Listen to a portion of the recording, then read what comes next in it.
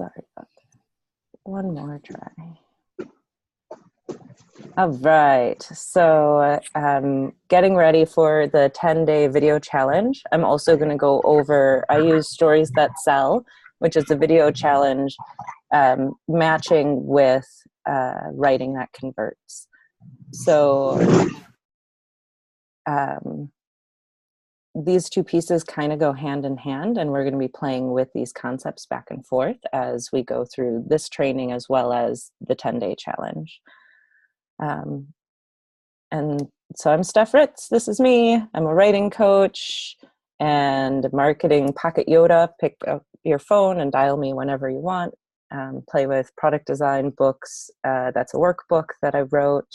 That's all the curriculum that's in Writing That Converts. So when I talk about converts, what I mean is conversion communication. So looking at 3 different types of like subsets of people that you're speaking to. And all I'm talking about is taking an action, a solid yes or no, but not leaving people in indecision of whether they should do something or not. And so that's, reader to student, audience to subscriber, listener to fan. A great way to look at this is, someone like Tiare, who has been through my program, is absolutely part of my tribe. She knows all of the lingo. I can say things, and she is hearing something differently because, same with Nicole or Angela, because you've heard me teach this before. You've become familiar with the concepts already. Whereas someone in the community might do a free challenge, might download a gift. They might play with you a little bit and be on your newsletter, but they haven't really worked with you. And then the audience is a general broadcast. So like if you're speaking at an event and you're speaking broad-based to who's that one person out there that you're talking to in the audience. And so in speaking about audience reach, one of those great examples would be Mylene Elke, who when we started working together, she was talking at trade shows, like small trade shows, a couple hundred people every few months. And then I got this message from her when I couldn't get into one of her radio shows because the line was packed. And now she's reaching around 200,000 people with her radio program that's been going for quite a handful of years now. Or someone like Alon, who in a 15-minute conversation was able to do what used to take 2 hours, to have an enrollment conversation, to be able to explain what he does, how you can benefit, what the solutions are that they're really going to be working on together. And so he just found it extremely beneficial, and it led to a $15,000 closing for him to be able to really have the words to say what he was saying. Tomas Reyes is one of those fantastic people who I hired him as a chef to come to retreat, and he came in trade for getting all of the help. And so he had created a documentary and had no marketing plan. He wasn't sure what to do with it, how to get it picked up. So we worked together off and on at retreat as well as in person for over a year. And his documentary got picked up by Gravitas, which their promise is the potential to reach 1 billion homes. And I love that he immediately followed up with, if you want to be a billionaire, help 1 billion people. And that concept is something that really resonates with me as well. And he made it to number 5 in iTunes as documentary.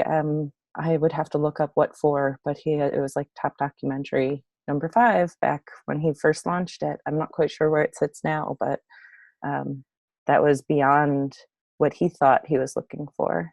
So it was fantastic.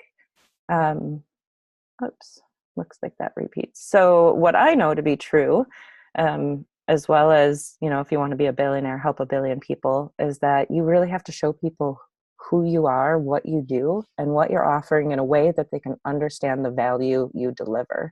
Now, what I find fascinating is that this morning before this call, Angela and I played with these exact words, and we were walking through video scripting, right? Do you recognize your marketing talking points here, Angela?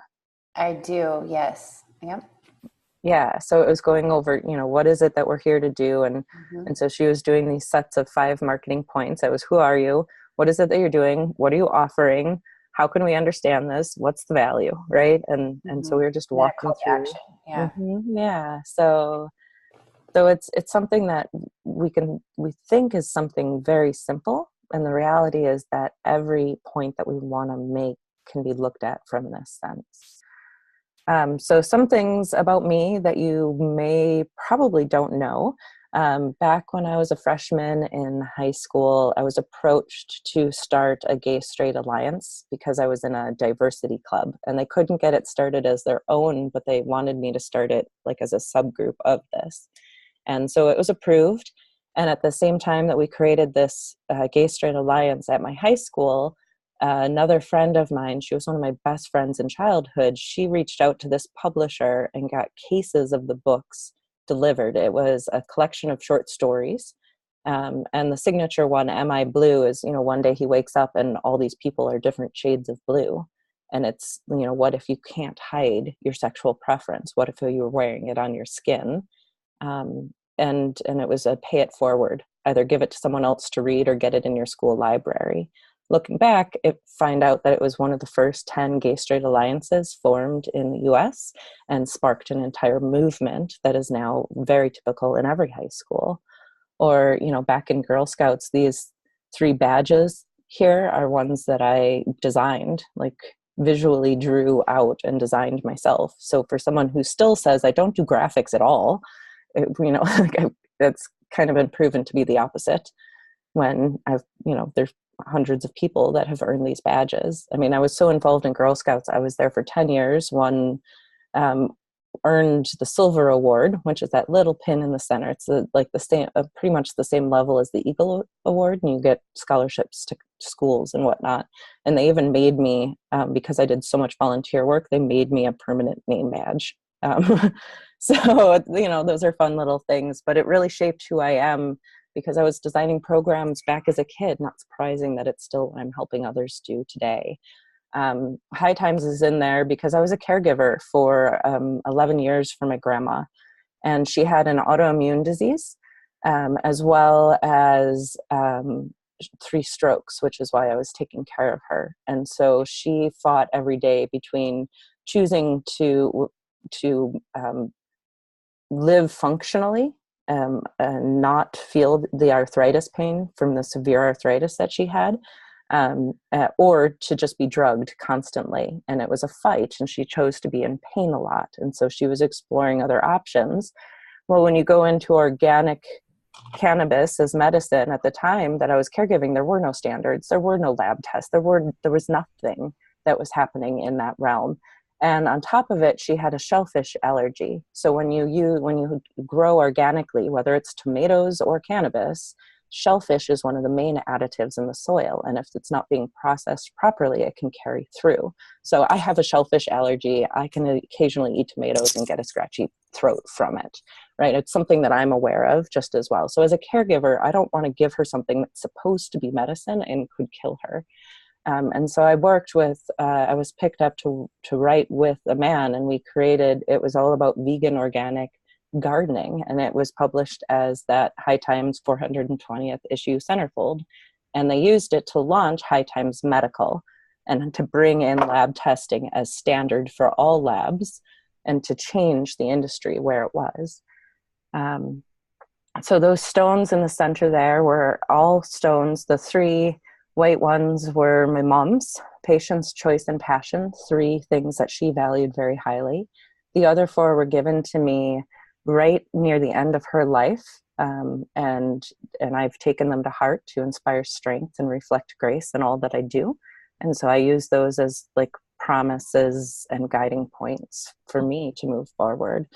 I'm in business because of fulfilling my mom's dying wish, and it being really something that she had worked to get my stepdad's autobiography published with him while he was alive after he had passed. And it took a lot of patience. I made some really hard, difficult choices, and then I've followed through with so much passion that I couldn't be more grateful for some of those trials that I've gone through in life. So that's a little about me that you might not have known. Even some of you who know me might not have known all of that. But what I do want you to know is when you're writing, when you're telling these stories, when you're scripting your videos, you really are speaking to just one person, right? So write to one person. And so, Angela, I'm going to pick on you because at first when we were talking today, you're like, hello, everyone. And then eventually we stopped, right? And so you started with, hi, Steph, right? Just to get the practice round out. Where else do you find yourself putting in you? I say hi guys a lot. Yeah. And now I try to, when I'm speaking in my Facebook Live, I say, I'm so glad that you are here, and just like speak to that one person on the other side. And it's really helped. But yeah, like sometimes if I'm not present, I'll just say, hey everyone, hi guys. It's just so common. But I find that speaking to one person lets me feel like I'm talking to that one person. And then hopefully on the receiving end, they feel like, oh, you're speaking to me. And it feels like it lands in like a more meaningful way on the other side. Yeah. Hey, Tiare, you and I were playing with this concept pretty recently as well, right? So you shared about the video challenge and writing that converts when we were, you came to the momentum call. So as a graduate of writing that converts, every month there's coaching. Then it's just rolling. So Tiara came onto one of those calls and then, heard that we're doing the challenge, and we made a little 20-minute video about our time together and come play with us. And Tiara, what your first question was, well, how do I talk to them? Like, how are we going to do this? Am I supposed to interview you? And what did I tell you to do? I can't remember right now. I'm drawing a blank. What did you tell me to do? To just speak to one person. Oh yeah. So and the whole video is them like, hey, you watch this, like, hey friend, this is our conversation. Yeah, whatever you the way that you coached me through it really helped me to stay on track and keep very focused, and a lot more comfortable throughout that interview process. So, and I think that might have been my first time I'm interviewing anybody on camera. I think that was my first time I'm interviewing somebody else on camera. So, and it was super comfortable, super easy, just friendly, right? It was easy. So, well, when you're just talking to one person, it changes it from, oh my gosh, I have to go impress all these people who are unknowns on the other side. But the reality is there's really only one person at any given moment with their own eyes, their own set of knowledge and understanding that can see you and are hearing that message. So while you are speaking to many, many yous, it's always one person. So, yeah. And then the other piece of this, specifically with getting ready for the 10-day challenge, is to really make sure you're setting yourself up with proper positioning stories for yourself, for your products, and your brand. And so to look at these as 3 different pieces, and it's all about seeding your offers. So while I'll be giving you different prompts each day to go through the 10 days in a really comfortable format, you have to know what it is that you're seeding and weave it together to keep that in mind in the way that you're communicating your story. So it helps to just make a list of what some of those things are. Some of us have many, many offers, and some only have a few, and some we're going to work on the clarity of what we're offering in the process of talking this out. So like Tiare is launching Aloha Dream Boards, which is so that's your company, but you're doing the life board. I'm trying to remember go ahead. What's it called, Tiare? So it's called the Art of Dream Boarding, and I'm focusing on creating a life board. Yeah.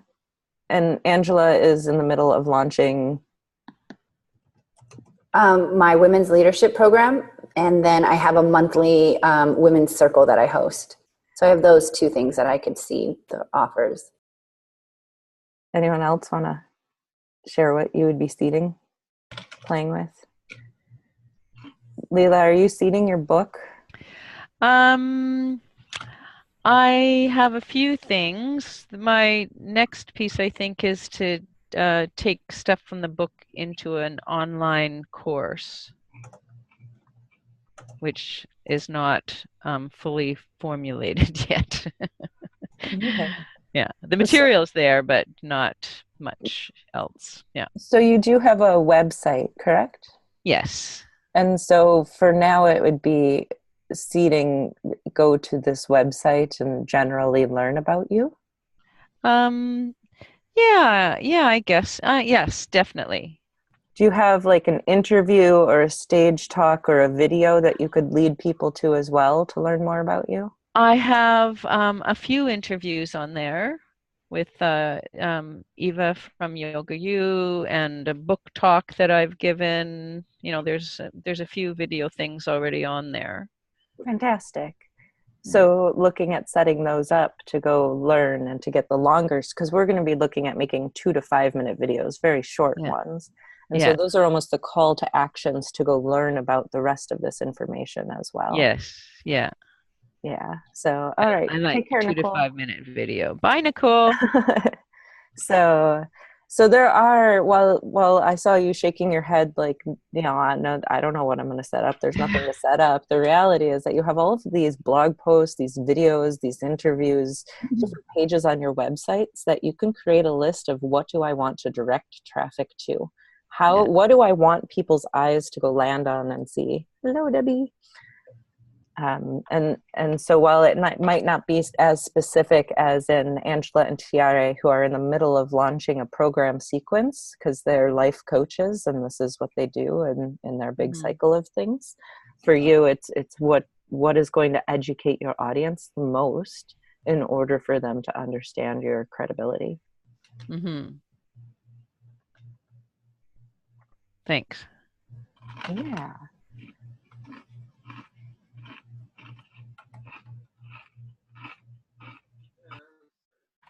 Anyone else want to? What are your offers that you would be looking at positioning? I'm on a call. Heather, are you trying to? Let me unmute you. Are you trying to chat at us? Me unmute. Yeah, I did Oh, have it. we're both doing it at the same time. Yes, I am in the process of creating this online webinar series. So that's what I would do for the seeding. The book is, I'm also in the process of the book as well. That might take longer. What other things? It's good to have not just one, but I mean, if you can come up with 10 different things to position, so each video is going to lead to a different taste of value that you have to give someone else. So while that will, of course, be the main one and might come up a couple of times, it would be different credibility points that would lead to the webinar. So what makes you a credible speaker, a credible interviewer, credible on the topic that you're doing, and how do we get in? So okay, so that might be the yoga teacher training programs.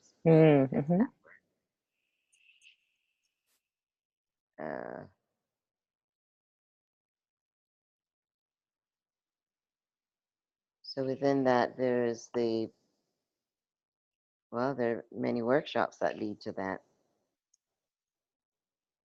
because it's 200 hours of the training. And so you've got I could think of breaking it down into the 4 levels, 450 hours, 450-hour programs. So you want 10. So 450-hour programs. What about you? Internship. Why should we listen to you?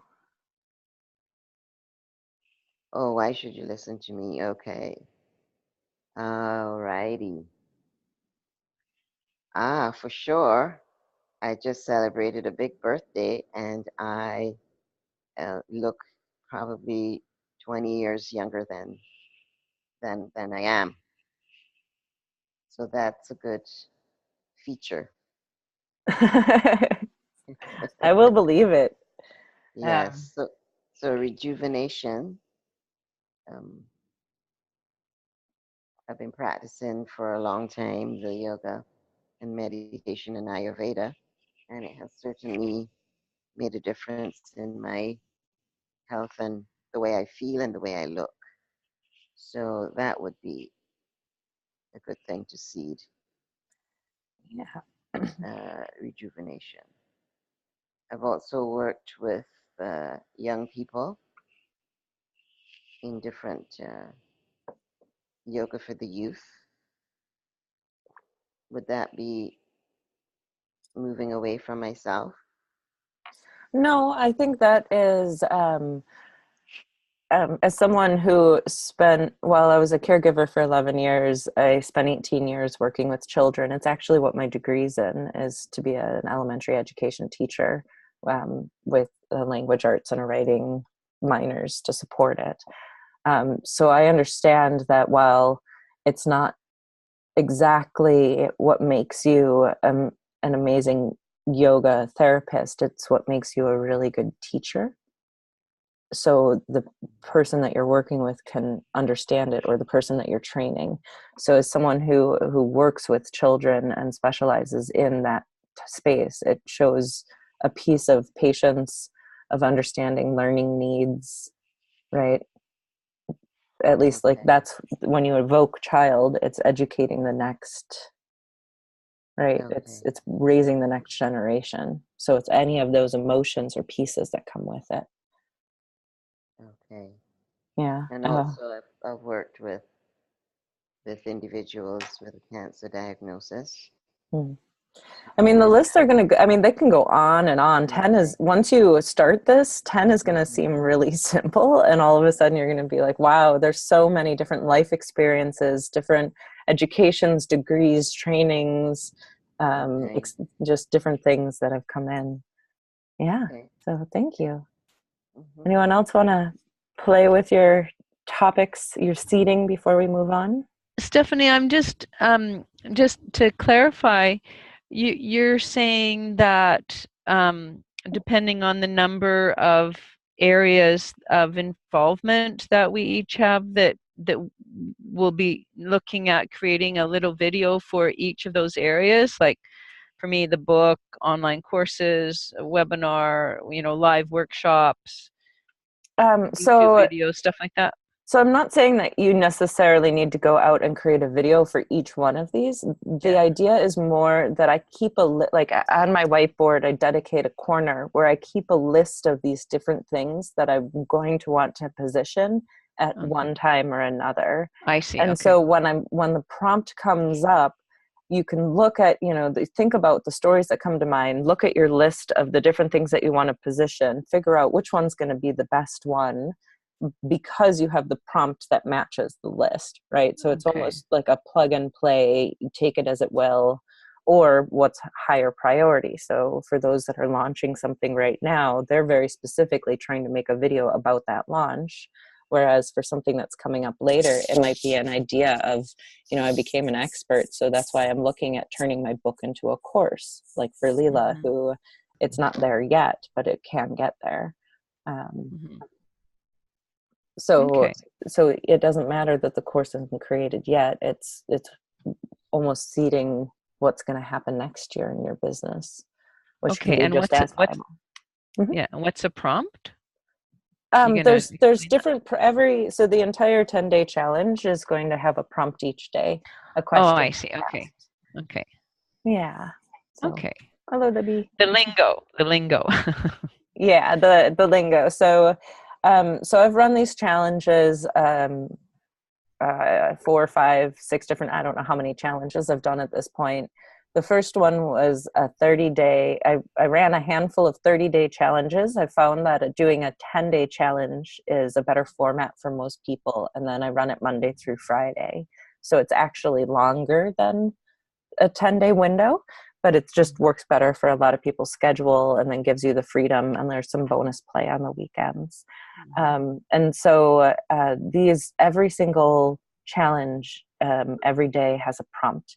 And these are sequences that I used in other areas of my business. So what we're going to be looking at this challenge is a specific sequence that I've used for, I don't know, I went online at least 5 years ago, and I've been using this sequence longer than that. It's a set of questions that I use as a brainstorm. And then I turned it into a 30-day challenge. And I'll be doing all 30 of the questions, but during this challenge, we're focusing on the first 10. And so there's like a written sequence, and it's in order: go through, answer this one, this one, this one, this one. And I put myself through the same thing for at least 8 years now of my every product, book, workbook, project that I work on. I put myself through these same questions each time, focused on knowing what that is. So when I have that offer or that big thing that I'm going to create, that's when I come through this again. And so eventually I turned it into something that others could use, and then I turned it into a challenge. The 30-day writing challenge, people were writing. Debbie Howard wrote her entire website off of the 30-day challenge. Are you there, Debbie? She was here. I don't know if she's still here. Debbie Howard. Yeah. Yes, it works great. Works great. So the questions that we're going to be going through this time, Debbie, is identical to that 30-day writing challenge. And that's where we took all those pieces, or what we plugged into your website that you built. And you wrote like a 5-page website off of that. Your about page, homepage. You had the book preview page. I mean, they're questions that are, well, they could be answered anywhere. You knew that you were creating your website when we sat down to start these 30 days of writing. So I kind of didn't, actually. Oh. You kind of tricked us. You know, I don't know. I didn't realize it. It would have hampered my writing, actually, if I had thought that. But it turned out so great. Like, all those pieces just plugged right in like that. It made it so easy. When I finally did the website a couple of months later, it was all there. Yeah. Well, cool. Well, yeah. So I guess I've squealed on the surprise. And so Debbie Howard, and then Michelle B is another person who went and did the 30-day challenge and wrote her entire website. So that's why I'm going through it again, bringing this back up and breaking it down into 3 different parts so that it can become that, like, well, they didn't know what they were doing. At least now you guys do. And so you can still play with it. All right. So Stories That Sell is really, this whole thing is about translating the pivotal moments of your journey into tangible solutions for your audience, right? So that's all we're doing. We're just looking at who are you and how did you get here? And why should I be listening to you? Whoops. So while I showed you some screen grabs earlier of chatting back and forth of what people have gotten, I have a little mini video of a couple of authors. This is from Retreat, but everyone who's in this video has also gone through copywriting, gone through the challenges. And so I just want to share, like, don't take my word for it, but you can take theirs maybe. So it's very short, a couple minutes.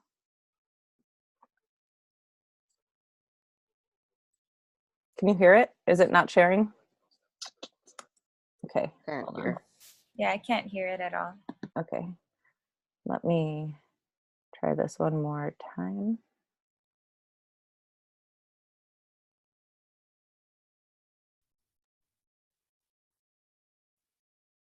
I started working with Steph because I was looking for someone who could not only, in a way, hold my hand, but someone who could give me the tools and teach me how to do it on my own. And so I like to call Steph my personal Yoda. It's really hard, as I've found, as I'm sure any of you watching this, to be able to write about what it is that you already know you do so well. I don't have to try to sit and figure it out by myself. I've actually had help, not just any help, but with the best help I could possibly get. I came to Steph because I wanted to see my project come to light, and I was struggling with it on my own. I met her, and I thought she was exactly the right person to help me. I came to Steph because I wanted an opportunity to actually have something concrete to start my business. In the past, I definitely spent lots of time and money with other products and programs. 5 years of investing time and money and energy into things, and didn't have a website, didn't have my branding down. And when I met Steph, it was just so simple for her to go, here's step 1, here's step 2, here's step 3. So I came to her to really get it done. Her Really book came out having last week. a very distilled down way of working through our message really gave me a lot of confidence because it's repeatable, it's solid, and anyone can understand it. Steph suggested that I bring more of myself to my project, and that's been a revelation in making my project more personal and more accessible to my readers. If you know anything about sailing, it's a degree or two off means you're like in a completely different continent. And so by having this extra clarity on having that focus on what I needed specifically for the message was a total game changer. It's actually quite a transformative experience to try to write a book, and I've had to really dig deep, and that's been a very interesting and rewarding experience. I'm grateful that I met Steph about 1.5 years ago, because without Steph, I don't think I would be having this book project coming to completion. I did not expect to find my message in my heart. What I wasn't expecting was to see the common threads, even though we're doing such different work, to see the connectedness and the bond that we can all come together and share, of really moving with a group, with a tribe of people in the same direction, where we're all working on our, call it our vision, our purpose work, and each of us getting exactly what we're looking to get. I am committed to seeing my project through, and I have the confidence now that I actually will be able to do that. That makes me happy because I'll be able to share my message with the world. I suggest working with Steph because, gosh, every time I always say she gets it done.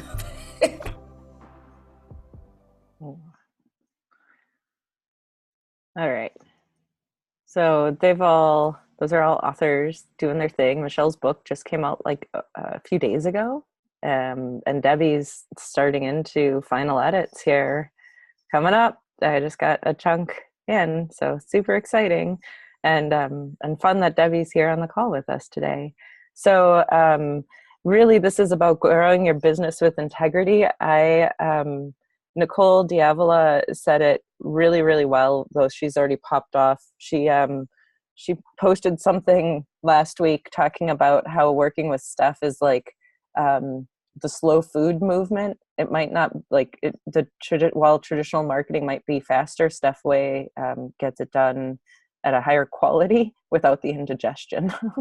It was just so yeah, it might not happen overnight, but while Debbie came to me for a book, now Debbie has a website, and she did a TEDx on her topic, speaks at National Caregiving Conference, has been an interviewer for caregiving.com. And that book is still coming. It's getting close, right? Like, so there's an entire platform to hold for the book as well as the book itself. All right. So communication really does meet psychological human needs, and it creates an understanding, awareness, and acceptance. What we're looking at here and how we're telling our stories, and part of what makes it something that sells is being sensitive to the undertones of the information. So while I want you to know what your offers are, often they're not even mentioned directly, or it's just a call to action at the end, but you have to set it up so that you are really presenting what this is in a way that we can understand the tone, the emotion, the expression of the presenter, while really also hearing what you're saying, what it's going to look like. And so we want to feel what it is that we're going to receive if we buy something from you. You know, if I'm going to go buy a coaching package from Angela, I want to be able to feel her before I say yes to working with her. I want to get a sense of what it's like, whether we work in person or I can just download or read something. And when we look at this, the very first question of the challenge is going to be, who were you when you rescued yourself? Right? So it's not about like, how are you going and rescuing the rest of the world? I truly believe the only person that you can rescue is yourself. And so when was that moment? Who were you? And it's not about just telling us It's about sharing a story that answers the question, right? So who were you when you rescued yourself? Julia, are you able to pop on? I'm here. So you just posted that you're going to be working, one of the pieces you're going to be positioning as allergy treatments. Did you treat your own allergies at some point, or how would you have rescued yourself around that topic? Well, I had a bad reaction to anesthesia when I was in second grade. I had my tonsils removed, and so I didn't realize that it was an anesthesia allergy until I took training in how to energetically treat allergies. And then when I realized that, I was able to treat myself for anesthesia allergy. And then when I had general anesthesia, I had zero reaction to it. So I've learned how to restore harmony in my body so that it doesn't have a bad reaction to things in my environment. Yeah, it's sometimes, I mean, often what we teach is what we most need to learn for ourselves. And if we've already gained that lesson, all the better, right? So it's, when did you get that lesson? And that absolutely was a moment where you couldn't recognize it at that time, but you were able to later. Thank you, Julia, for playing. You always have the right to pass, but I'm always looking for people to play.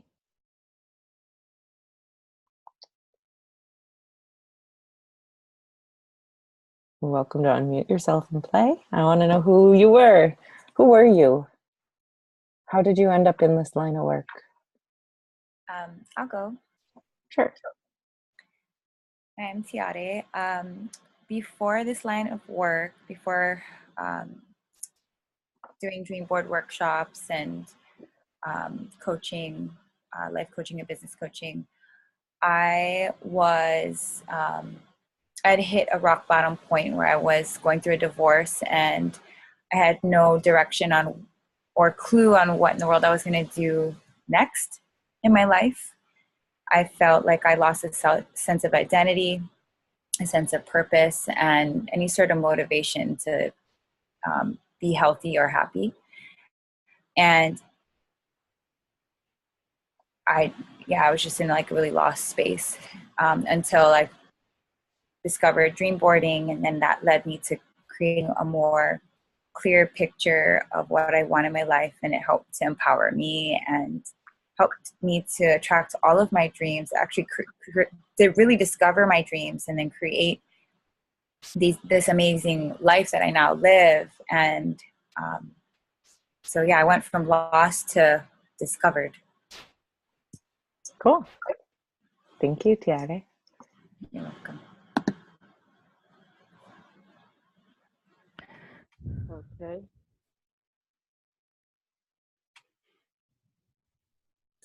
And it's always interesting to figure out how to do this in 2 minutes or less. Ask this like huge question and condense it down to 2 minutes.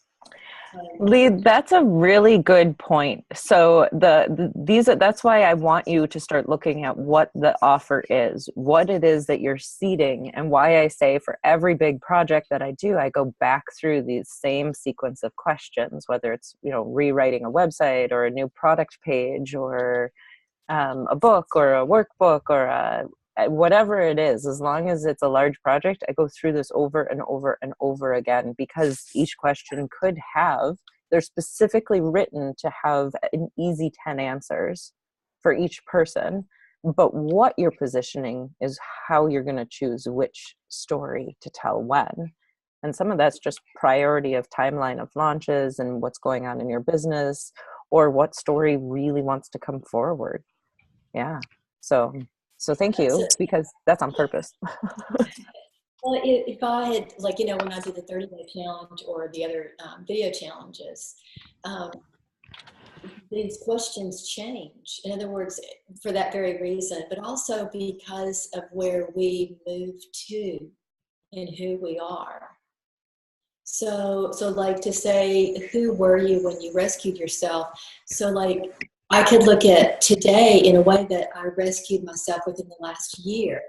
A year ago, I wouldn't have answered the question quite the same way, because I had spent decades doing all kind of what you would call personal growth. And I really sometimes believe I've taken every course and training that's ever been offered by anybody who was even remotely spiritual or had any personal growth leanings, from starting back in the 80s with Tony Robbins and all the way forward, to the sages of India. And yet I found myself in a place saying, but I'm not in myself well. I mean, physically, after my mother passed away, I had chronic fatigue, and I felt a bit hopeless, and all of that, all the training and all that stuff. I was like, well, what was the point if I feel like I'm at rock bottom? And there were a couple of phrases that I kept remembering from every sage and every teacher, whether they lived it themselves honestly or not. The great wisdom teachers did. They always said, you have to surrender and you have to get out of resistance to what is happening right now. Whatever is happening is perfect. You're sitting there going, my mother just died, I've got financial issues, I've got health issues, like, can I find an area of my life that hasn't fallen apart? And that, what if I just accepted it? And not accepted it like resigned, but said, yes, this must be the best thing that could happen for me. I know that. So why can't I just live that in every moment? So I had to spend a year really looking at how I could really feel that. And then once I really feel that, and I've experienced that, and the optimism happens, and the flow begins to move again, and all the energy centers open up, and physical healing and all these levels start to come about, then I know I'm on track. So I had to save myself from a really deep pit. And it wasn't that I threw away everything I had learned. I pulled it all together, is what happened. Yeah, and that, Lee, was a really, really succinct ending. I love how you made sure to tack on the moral, right? Why am I telling you this story? So as the way that we like to learn it is that we want the moral and then we want the story. The reality is when you're impromptu storytelling, you tell the story and then you come to the moral. Then you go back, and when you post the video, you just transcribe your last sentence and you make it the beginning introduction into the post that you're putting. So it's the difference of doing it in the way that it's coming out versus what's easier to learn. So awesome moral at the bottom, as well as, it's really nice to hear that sometimes you need to hear the same thing over and over again before you can really understand what it is or integrate it into your being.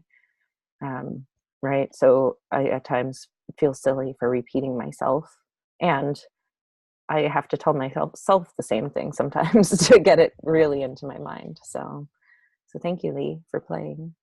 Hey, Leela, you had posted, are you here still? Yeah. Yeah, I'm here.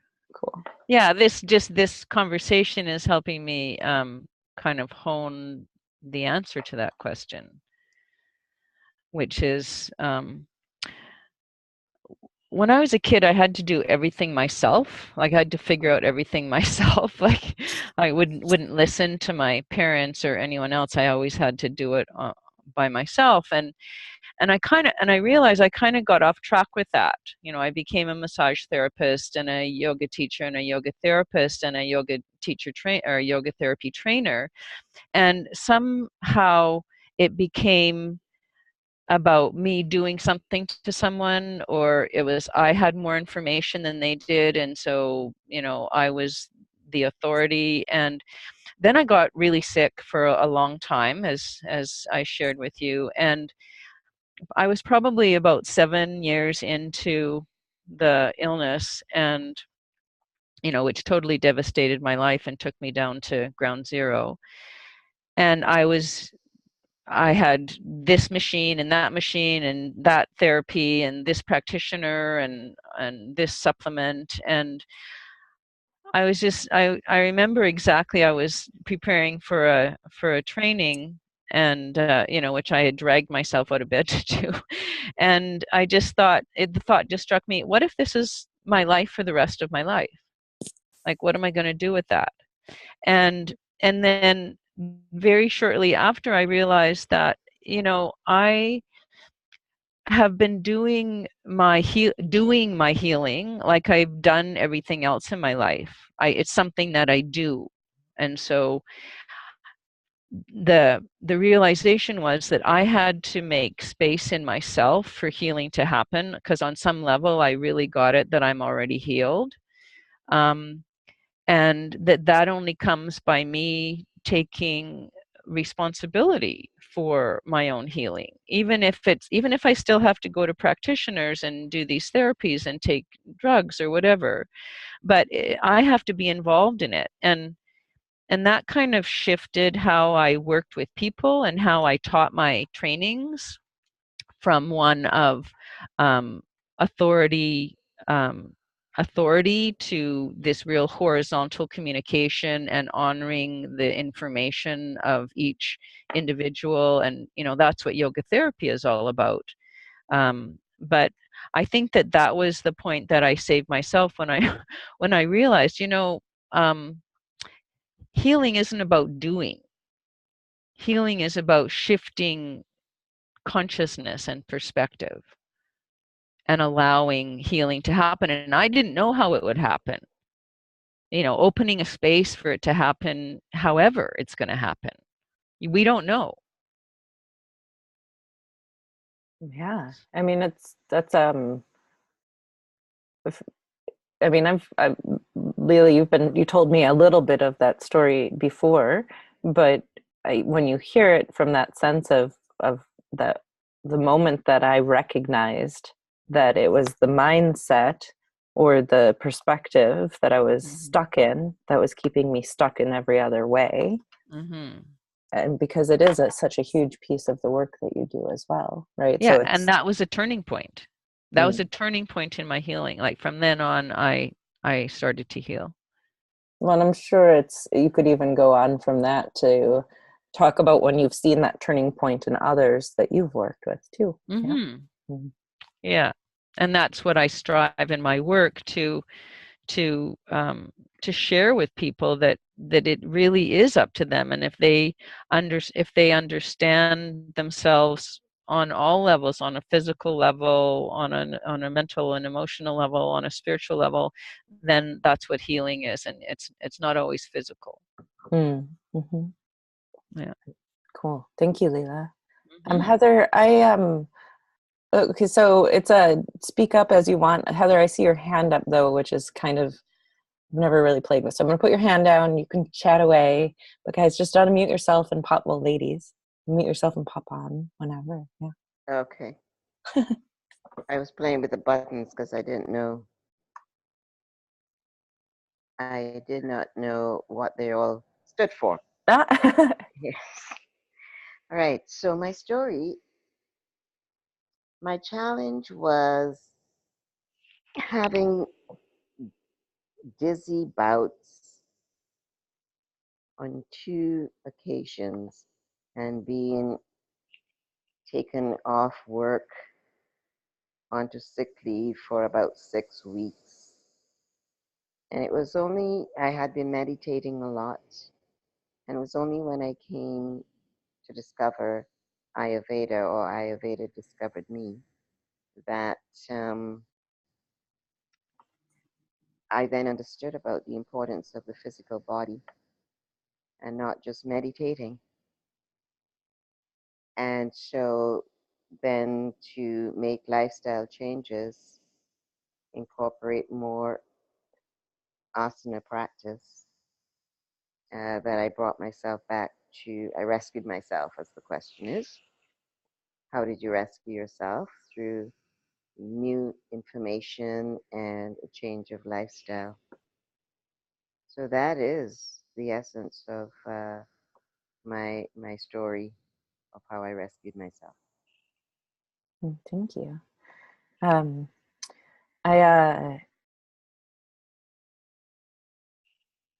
I think that when you tie in, so you mentioned 2 disease spells in the Ayurveda, and it's so the connection between what you're putting into your body and how you feel is such an important thing. But I love how quickly you made, like, so it was an assumption in the way that you shared your information, that the assumption that it was connected because you put them in a good way. This is, saying I had this issue and I turned to Ayurveda, right? So that somehow we have to know immediately that there's a connection to what you were, how you were receiving your nutrients and nourishments, as well as so much more. Is that correct? Yeah, well, I didn't really turn to Ayurveda. I just came to know about Ayurveda. And then when I checked what a Vata imbalance is, I realized I had a Vata imbalance and I needed to change my daily routine. Mm.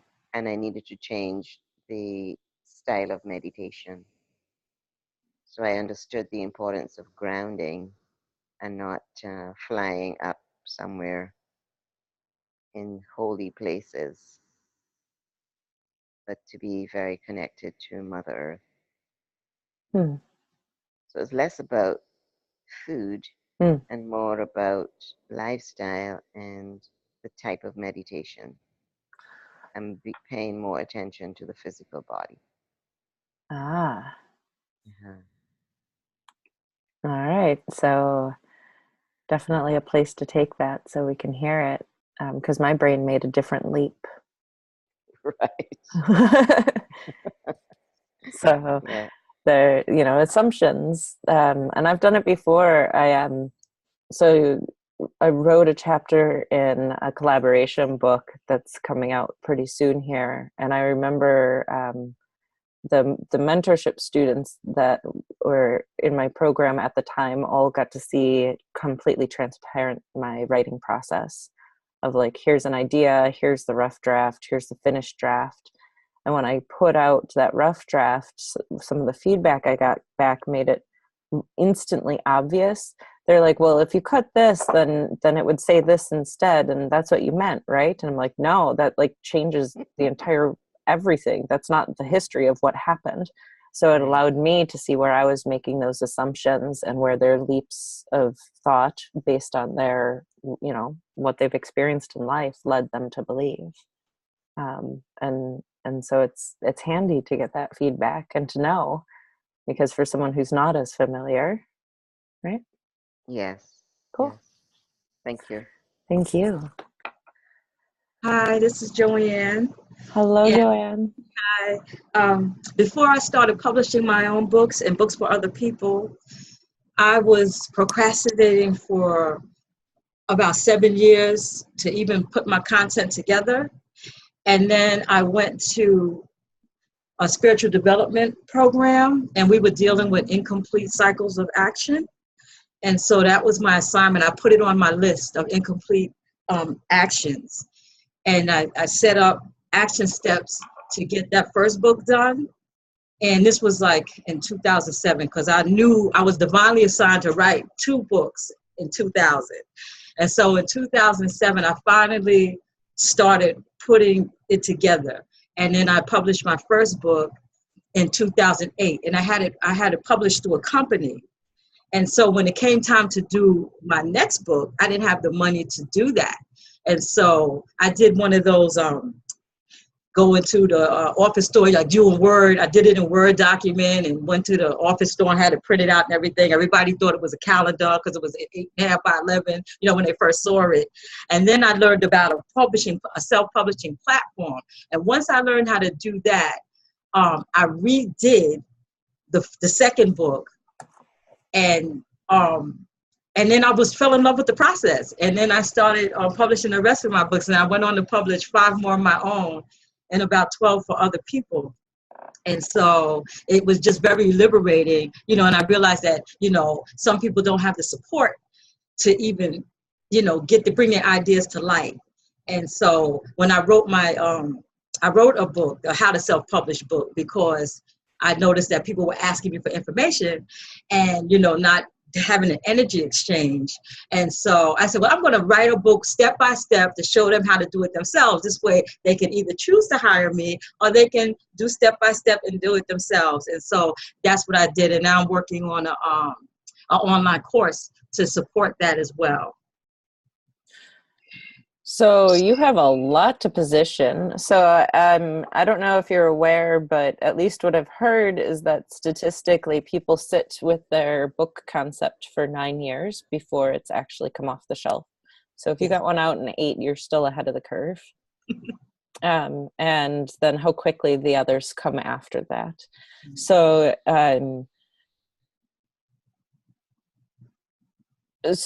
but the only piece of rescue in there that I really caught was that you didn't have enough money to get into book 2, so you did it yourself, right?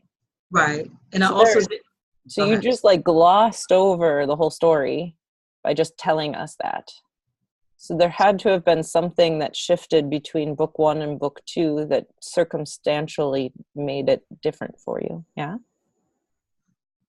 Oh, okay. So as far as getting it done, well, other options, I guess the information, it took me a long time. So I needed the tools in order to just get the first book out done. And I didn't have the tools, the know-how or whatever to get that first book done, just even to know how to get the approach. The second time, it was for me trying to do it myself and not being very effective with my first try, and then learning how to do it more professionally. So, once I taught myself how to do that, then I was able to move forward. All right. So, and that's your core focus now, is publishing with others? Publishing books? Well, actually, yeah, my core focus right now is helping other people to publish their own books. I still have some of my own personal products, but so you've currently been doing done with you or done for you, is that correct? Yes. But you're heading into building out the DIY piece of that trifecta, right? Do it yourself, do it with me, or do it, right? Yeah, definitely. Because I always like to empower people. I always like to know, I like to have the option of doing it myself or having it done for me. So I like to offer that for other people as well. That's why, I created that How to Self-Publish book too, and I want to do an online course to complement that. Yeah. So a lot of that comes down to making the tools easily accessible so they don't have to go through that version. So I think on this call, Debbie Howard's the only one that saw my initial bound version of what is now a 200-page workbook. But at first it was just a retreat workbook, and it wasn't something that I was publishing in a general form. And it's gone through so many different lives to get to where it is today. But yeah, I figured it out. There were no DIY courses to tell me what to do. I just went and then I did the same thing. My first one was in Word. Let's figure this game out, and it's great to then now have other professionals that you can just turn it over to and say, yeah, at least I can set it up, but you can take it for me. Or can you just tell me how to do it myself? That would have been nice. Yeah, what I found though is that, like my ideal client, most of them don't have a clue. They're technology challenged and they're just like, no, you take care of that. You get it done for me, And so I've come across a lot of that, even with website design and stuff. People, they like the information and stuff, but then when it comes down to it, they just rather have it done for them. Yeah. And that's my experience, yeah. Yeah, often the DIY piece that you're building is enough information to figure out that you just want someone to do it for you. Yes. So, there's Angela is one of those people who's in, and same with Julia, we get on the phone every single week and we just get it done together, right? Just do it for me. Well, I don't know your voice, but if you're there, we can just story pull it out of you. right? Let me just interview it out of you and we can build it as we go. And so we do, because, you know, what better way than someone to guide you through the pieces that you're not an expert at and you don't want to take the time to learn. So, yeah, thank you. All right. So is this all on your calendars yet? Stories That Sell, this free 10-day challenge. Leela, you had asked a couple of questions. I'm going to pull up the chat so I can see what you were just saying. So I guess I am aware that you are traveling to exotic lands far away. And yeah, everything's going to be recorded. So typically I'll film the video and I'll load it up to YouTube. From YouTube, I'll put it into the Facebook group, as well as this entire challenge is going to come out via email. So you'll get an email every day with the video in it. And so you can watch it and answer it at any time. It's a question that a few other people had too, where I don't care if you show up for 1 day or 10 days. I care that you show up and that you do this for yourself and at least try. And if you only ever share it inside of our group, cool. If you put it on YouTube, awesome. If you want to do a Facebook Live, more power to you. You know, it just depends on what you want to do and what feels right for you, as well as where your people are that are listening to this. So I have a MacBook and I open Photo Booth and I film. I make sure to have headset because it changes the sound quality a lot. I have a couple of lights to make it easier to see me, and so I'll record in Photo Booth. I'll usually just trim the edges and then load it on up. So super simple, straightforward. You can also use Zoom and do a recording on Zoom, which depending on how you've got your settings, it can save directly to the cloud already or to your desktop. And it kind of is the same thing, but it's a technology. Lee, go ahead. Yeah, when you use Photo Booth, where do you do your editing? So I have Camtasia, so I usually do Zoom, record a meeting and then trim off the ends. So Photo Booth, you can trim it right there. That's not. It's part of the program. And then I think it's QuickTime that so if I just drag the Photo Booth onto my desktop and open it, whatever that program is, does just trimming. So I can't really like edit clips together, but it does just the clip trim. And then I use iMovie for my editing because it's built into the computer as well for me. Okay. But that's how if it, like the testimonials that we watched earlier, that was made in iMovie, where I could layer the sound and change how the video is coming in and out and piece together what they were saying. Yeah, I played in iMovie a little bit. That's why I was wondering if you did editing right there in Photo Booth, because Photo Booth is pretty simple on iMovie. Yeah, Photo Booth is where I just do the little end trimming, that moment where your hand is going up to the record and your hand's coming back, and then you go right, and then, so you trim all that off and you start with the hi, I'm and so that's pretty much all I do for these, is just trim ends and starts. Now, well, that's easy said and done. Angela, are you here today? You still there? Where is she? She might be eating. Angela was filming videos and probably said the same first 10 seconds of the video over and over and over and over and over again, right? Because sometimes it doesn't come off your tongue that well, or sometimes you get stuck. That's the difference of a live video versus a recording, where you can just, all right, let me just restart that. All right, let's try again. And I think on the first video that she did today, at least 10 takes, if not more.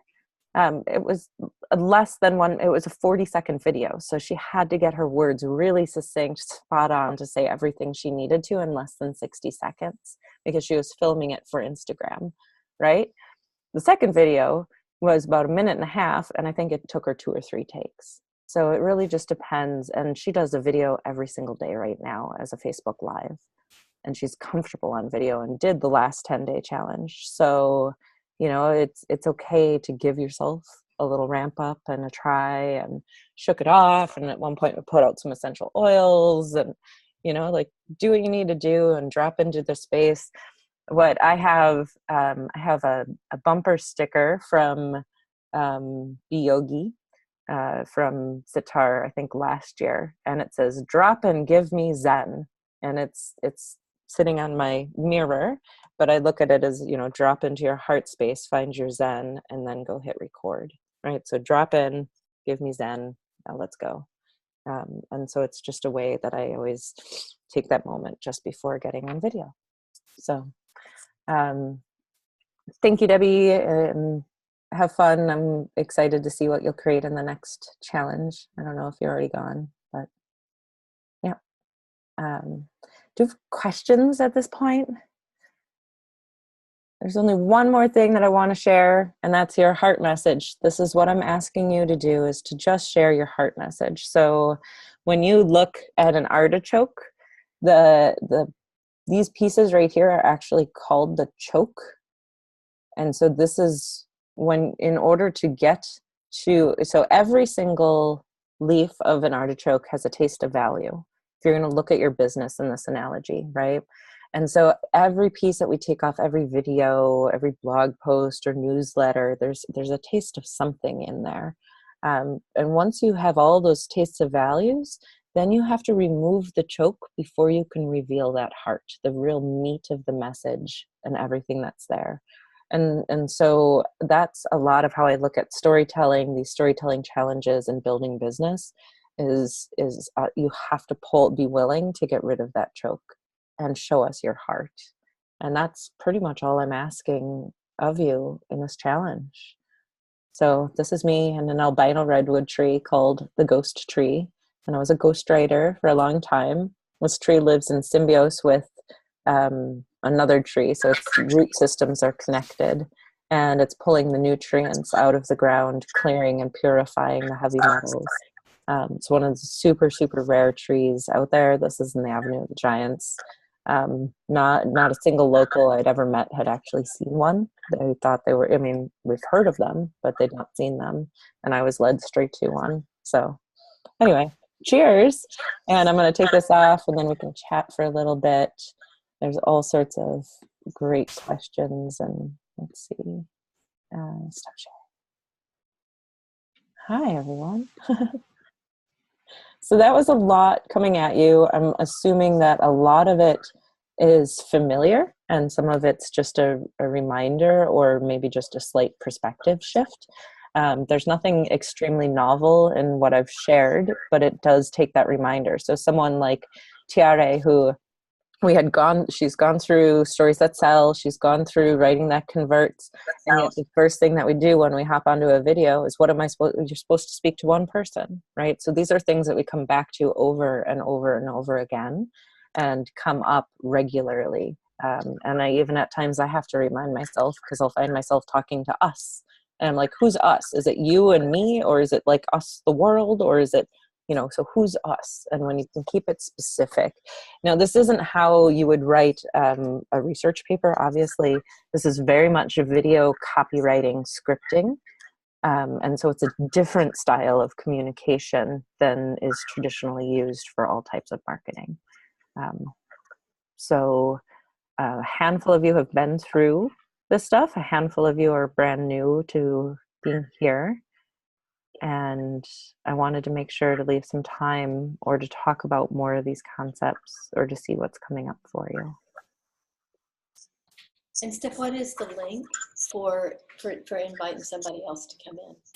Yeah, storiesthatsell.com. It leads straight to the 10-day video challenge. So when I first did video challenge, there were about 300 people that showed up. There was no guidance, no nothing. And there are about 30 of us that did it. And we're still all really good friends. Mylene, who is still a client, I'm actually going to Germany next month to go play with her for a couple of weeks. But she's been my client for 5 years, and she still goes through these every single time. You know, it just takes over and over again. So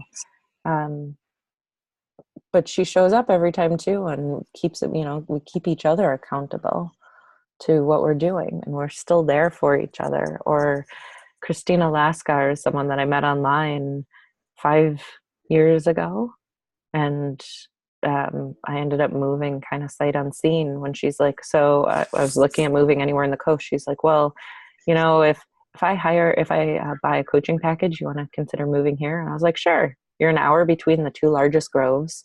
It's cleanest air in the nation. It's oceanside. It's a college town.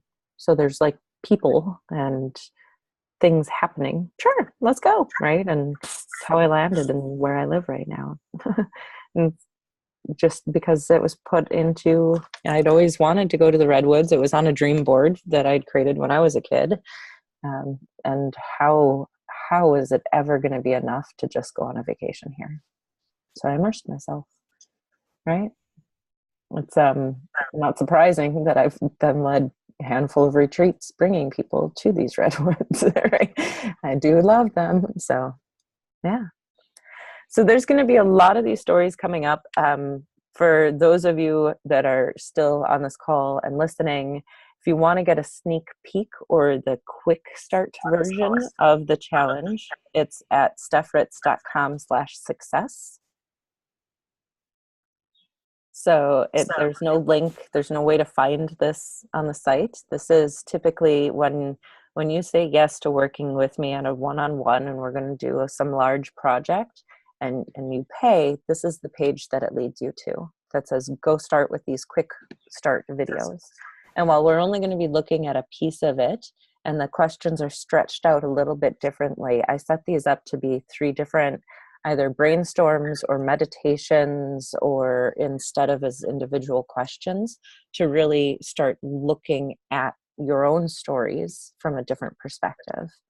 So /success is where you're heading to get that. stephritz.com/success.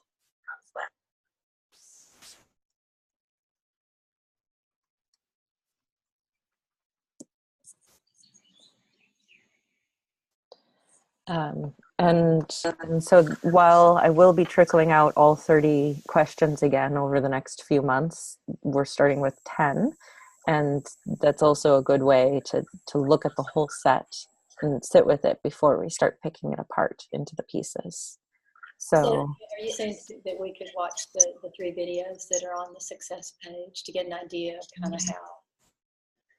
Yeah, so this was the welcome sequence. I took this 3-part video series and turned it into 30 questions for the writing challenge. And we're going to go over, so they're not going to match identically because there's not 30 questions in this quick start. However, I'm pretty sure all of the questions that are in part 1 are going to get covered as part of 1. You are totally welcome, Joanne. Thank you for showing up and playing today. So they're there for you to use, even though we're only covering a third of it in this challenge. They're still there for you to play. I would rather give and give more than not. And I know that video challenging or waiting on the drip sequence isn't going to be perfect. Or someone like Leela, who I know you're going to be on a plane for a day plus in your travels, that it's just not feasible to get it. So you're going to have a heads up, to have the concept of pulling together your list of offers of the different items that you're going to be seeding and those different credibility points, to look at the overarching set of questions, because we're mainly covering that first video teach, that series of questions, gives you like a leg up to just waiting until you get that video for the first time and just get a prompt. And so, every day I'll give you the prompt, and I'll give you an example of how to answer it, and then just ask you to do the same thing, and you can post it wherever. So, and there are all sorts of prizes out there. There are like 8 different things that I threw in. It's traditionally, I don't give that much by anywhere near as much, but you know what, I don't know if you caught the video or not, but some of my motivation behind choosing this. So today is the day that I lost my mom 10 years ago, as well as then the video challenge is running for a 10-day window. So 16 through 27, and 27th is the day that my grandma passed. So my grandma is how I trained to learn voice and to be a voice for others in the world. And a lot because of my mom that I'm in business in the first place by getting that first book published. That was my stepdad's autobiography. So, and then all of this, if you want to put it on your calendars, all of this is going to end up wrapping up on August 31st with one more training, which is my grandma's birthday. So I'd much rather go out with the celebration than the sadness. But this is in honor and in memory and bringing this up. So that's that first book, my stepdad's book, Stanley Maltzoff. And he had written an autobiography, but we wrote a biography to match and built it into an online platform where you could buy right to reproduction, prints, paintings, sketches, everything. That system's still running itself 10 years later, so you can still go to stanleymaltzoff.com and go buy any of these things. But I sold the whole business to the publisher and continued helping others to write their books and build their platforms around it. So that's that book. And it's really because of these women that I am where I am today. It was my mom that got me involved in Girl Scouts that led to 10 years of Girl Scouts. You know, she's the one that figured out that I really enjoyed being in that teaching, supporting role. And in 4th grade, I started working with a 1st grade Girl Scout troop and helping them just wrangle kids, you know. So, yeah. So thank you, everyone. I did say about 90 minutes. I'm happy to stay longer. We can talk more stories, more seeding, more concepting, whatever feels right for you. Steph, I just want to thank you for your time and your gift, because it truly is a gift. What you have done for other authors, for your stepdad, is truly a gift. So thank you very much for sharing your gift with me. And this has been very helpful. I have so many gifts and talents, and I've always been taught, you know, niche. But as a multi-passionate entrepreneur, I've never been able to do that. So when you said make a list of 10 things, I was like, what? You want me to expand and not shrink down? So that was quite an interesting exercise, right? Well, cool. I'm glad, and I understand how you feel. Like, how do I position all these different things that I've done to help you understand? So when you get that, you know, this past week, I get a private message from someone. So as a writing coach, what exactly is it that you do? Right? And yes, while it is writing, a lot of what we're working on is the visual too. Like how you lay your words out on the page can make a complete difference in how that information is received. And are your visuals matching your words, and what are all the call to actions on it? So like Julia and I were working on an advertisement for her newsletter, and Angela and I filmed a video, got it up on YouTube and embedded in her newsletter all this afternoon in less than 20 minutes, you know? And so how do you take all these different pieces and put them to work for you? Well, yes, it's a writing coach. It's so much more, right? It's your communication and what that means, and not just what is it that you're saying, but how do you take what you're saying and turn it into something that someone else can hear it, right? So, and that hearing comes from a level that goes way beyond words, you know, and every single person on this call, at least from my understanding, has at least some body training, right? You've all done some sort of physical body. You understand that listening happens from a level that goes way beyond just what this little piece of our body is doing. And so it's just important to acknowledge it. And especially when we're making videos, because we can read your body language, we can see your nerves. My goodness, when I look back at my first video, I didn't know how to use any of the equipment, and it was a live video, right? Absolutely live. And I get up there and I'm like, hi, I'm Steph Ritz. And it went live from Google Hangouts into YouTube's, because I didn't know how to upload a video to YouTube. And I was like, well, Google Hangouts will do it for me, right? But in that video 5 years ago, I talked about how I wanted to master SEO. I talked about how I wanted to write a book. I set goals that I knew were 5-year goals. There was no way I could complete it in 1 year because it just wasn't enough. Take care, Angela. Thank you for coming and playing. because I can't learn SEO in a year unless I'm going to go take a couple of college classes on it. And then even then, until I put it all into practice, I'm not going to get it. But now I'm comfortable popping in and, going coding a footer or embedding videos. Like it's just nothing when you know these simple pieces. But it took years for me to think of these things as simple, right? So it's okay to be nervous. It's okay to have 100 different things that you do in life, because yeah, I'm a writing coach. And then I get, oh, you do videos too? Oh, you do graphics too? Oh, yes. And it always comes back to the communication and to the words.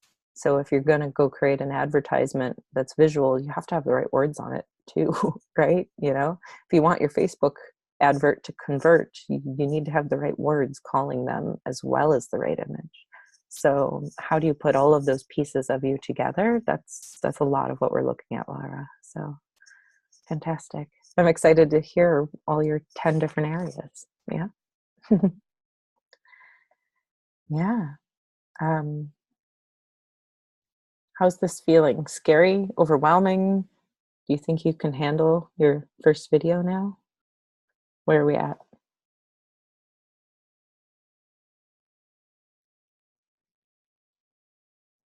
One thing you had mentioned was, I have it in my notes here, moral of the story, intro first, then tell story. So that first prompt that you're going to give us, do you want us to go with that style where we're kind of moral of the story first? So when you are impromptu, it's naturally going to come out where you tell the story and wrap it up with the moral. Right? That's how it's going to come off of your tongue. If you try to do it differently, it's going to turn the story. It'll change where you where the story leads. But when you go and you take this YouTube video and you go to share it in a newsletter or on Facebook or wherever you happen to be sharing it, that's where you want to take the moral and lead with it as the words that introduce the video. Right? So when you are delivering this video taste of value to someone, you lead with the moral, but the video is going to end with the moral itself. So it was just a technique of where to go find, like Angela and I did an interview and she's like, well, can you just give me a sentence or two that I can copy paste and it'll be done? I'm like, sure, let me go type that up. TRANI was the first thing that I did. I went and grabbed the very last sentence that came out of her mouth before we ended the recording, and I sent it to her as a quote, right? And it was about her motivation of making videos. I don't want to just go out there and make entertainment videos. I'm in here to create quality that can help change lives all around the world. And that's not as a paraphrasing, but that's kind of what you had said. Right. And I was like, that is so profound. That is the whole reason that she got on the video interview in the first place, because that's what and why she's going to come back. So of course I copied those words and handed them to her and said, thank you for doing that interview with me, and tried to make it easy to share. So would you say that, like, when you're introducing yourself, that part of that introduction is the solution so part of the moral, having more of what you offer, the benefits of what you do to help people in the intro of who you are, and then go into the story and then repeat it at the end without introducing yourself? You hit the nail on the head. I ask everyone to lead with benefit and solution. While I understand that we're all healers in one form or another, working to help others, I ask you not to lead with pain, because you are a healer. If you are constantly raising this pain in their body, it's somatic memory of it, and it's the exact opposite of what your goal is as a healer. So I instead ask you to lead with the benefits and the solutions, while you can still acknowledge the pain as part of the story. Right? So it's not, do you know you have neck pain? Here's why you should come work with me, right? Because all of a sudden you're like, yeah, even when I don't have neck pain now, I'm thinking about my neck pain, It's just a very different concept. And exactly what you said is what I ask through every single thing that I teach. Let's look at the benefits. Let's look at the solutions, and how do we get there? It's almost like reverse engineering from that point. in the way that you create your stories and you tell and you share your information. Yeah. Yeah. Steph, with the 10-day challenge for the videos, are you going to be emailing us every day and the question prompt? Are we logging into Zoom and doing one of these? No, it won't be live. It won't be live in this format. I'll be recording it, putting it on YouTube, and I'll be putting it out in newsletter and in MailChimp every day. Okay. So, Awesome. so you'll be able to get it at whichever way is better for you. Now, I'm not planning on replying to the emails that you guys, like, if you want feedback, because this is a month of open coaching and feedback on all of the stories, the concepts, everything that's coming out, that's all happening in the Facebook group, in the Voice Your Passion Facebook group.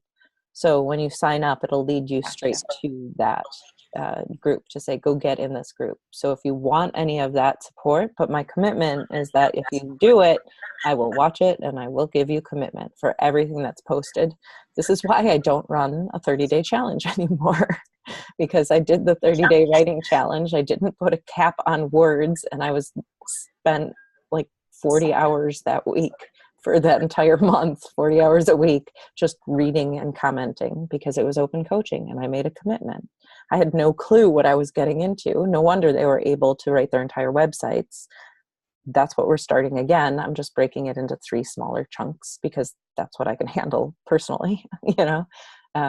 So that's a commitment, but that's over in Facebook. So come play in Facebook, please. That's why it's a safe space. If you don't want to share these videos with other people, the group is closed right now while people are trying to find it, and then it'll turn back into a secret group, and I only turn it to closed when people are coming in, and everyone who's coming in had to say yes to Stories That Sell, Writing That Converts, or is a private student with me. So everyone is in the same boat of learning space. It's not an open, just come check this out type group. We're a writing focus group that also does video. So it's communication, yeah? But the emails will come out, and that should just make it a little easier for you guys too. Yeah. Yeah. Yeah. All right. I'm going to unmute everyone and see if there's anything more to I muted myself. If there's anything more to say, any other shares, I'm always available in Facebook group. If you guys have this meeting number, this is my cell phone number. So text or call, like if you have questions or emergencies, this is how you get a hold of me. And I really am quite open and honest, and I don't always know the right answer. I am not a video expert.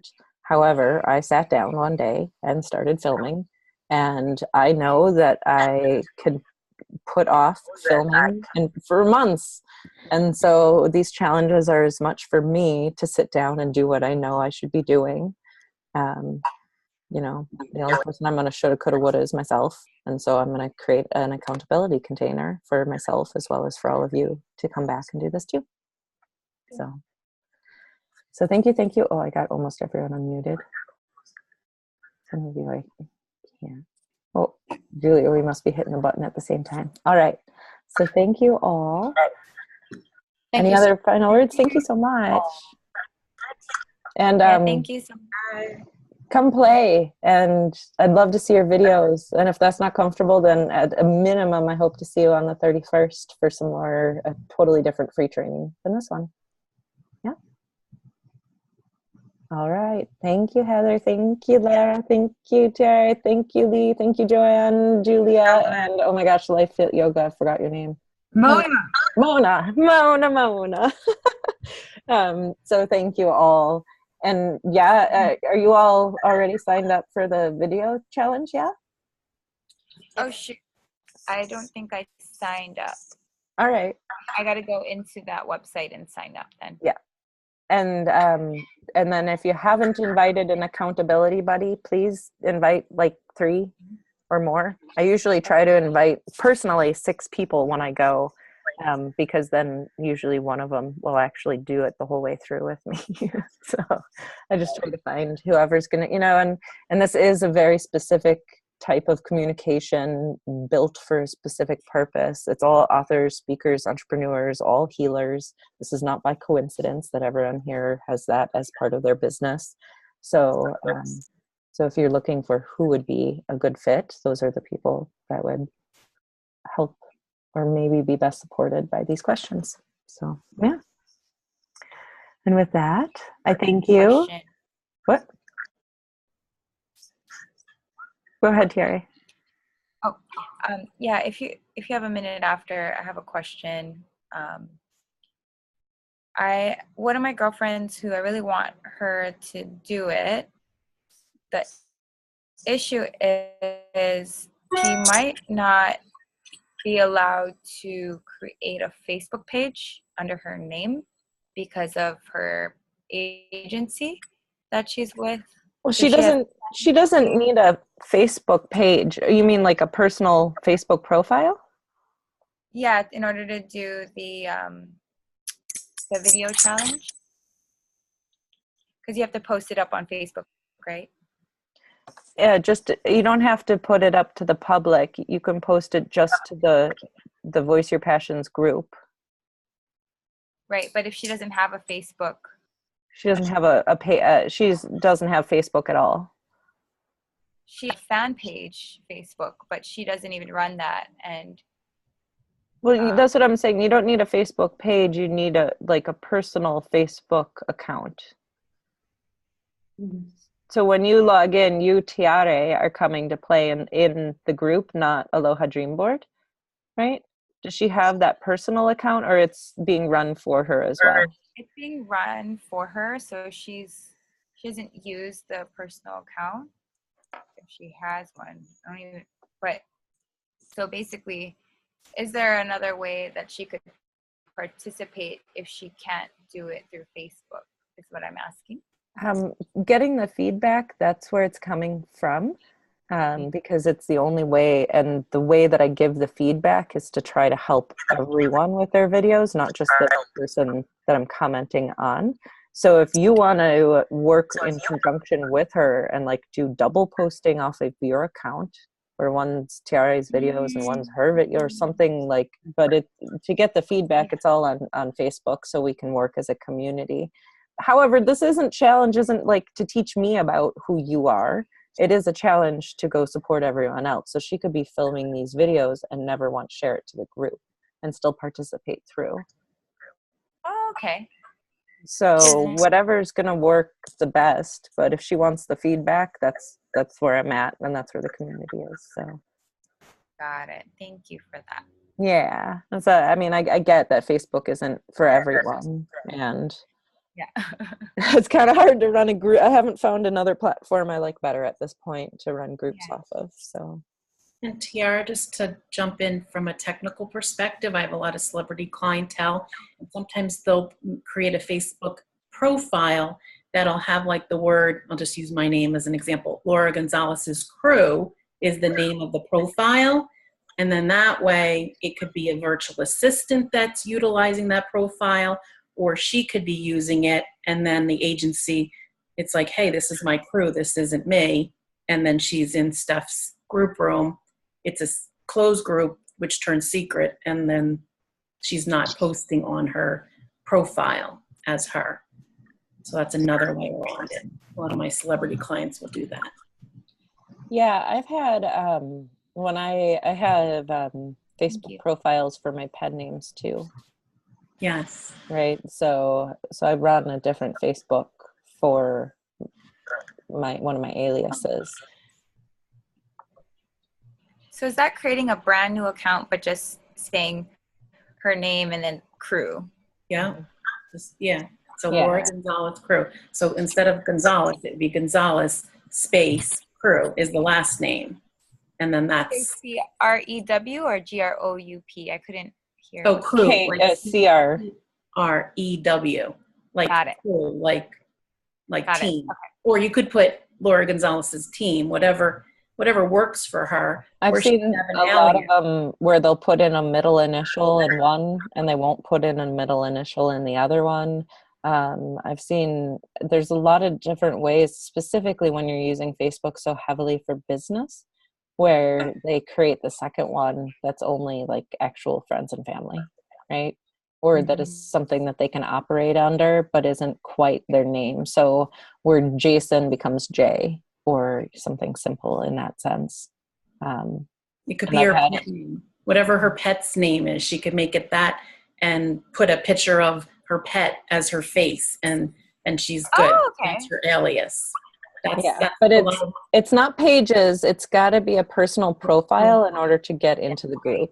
So, yeah. And she, you know, she's happy. She's welcome to fill them out. I just don't know any other way to make it a group, a collaborative event and affair to give her feedback outside of that. So. Okay. Yeah, that was really helpful. And then, do you have something that is going to be in that first email?